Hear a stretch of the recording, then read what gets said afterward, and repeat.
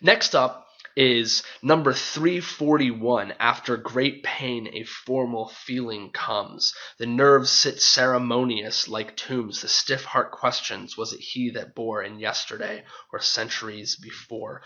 In some ways, this poem is about dealing with loss, right? Like after great pain. Okay, so something bad has happened. There's been suffering that's been endured. Maybe somebody has died or something bad has happened, but one thing that's sort of interesting about it is this idea of a formal feeling comes. So you have this great pain, but then eventually you're just sort of numb to it. It just sort of like goes away. Time just keeps moving forward. The feet mechanical go round of ground or air or ought. That idea of ought is really interesting because that implies the notion of what is to be rather than what is.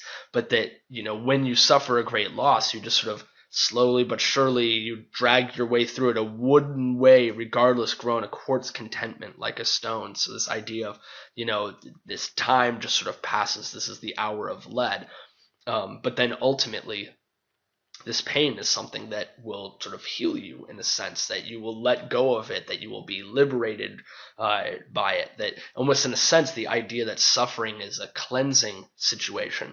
And this poem ends with a really, really fantastic image. It's sort of a dark image, as we will see many sort of dark things in examining Dickinson's poetry, but this sort of idea here: remembered if outlived, as freezing persons recollect the snow, first chill, then stupor, then the letting go. So this idea of, somebody freezing to death. First they're cold and they're like stupor, they're shaken, they don't know what to do, but then eventually they just sort of acquiesce to what's happening. They allow themselves to freeze. So that's definitely sort of a morbid way of thinking about it, but in a sense, once they have sort of given in to the inevitable, and once they've given in to what's happened, then they are sort of free from pain.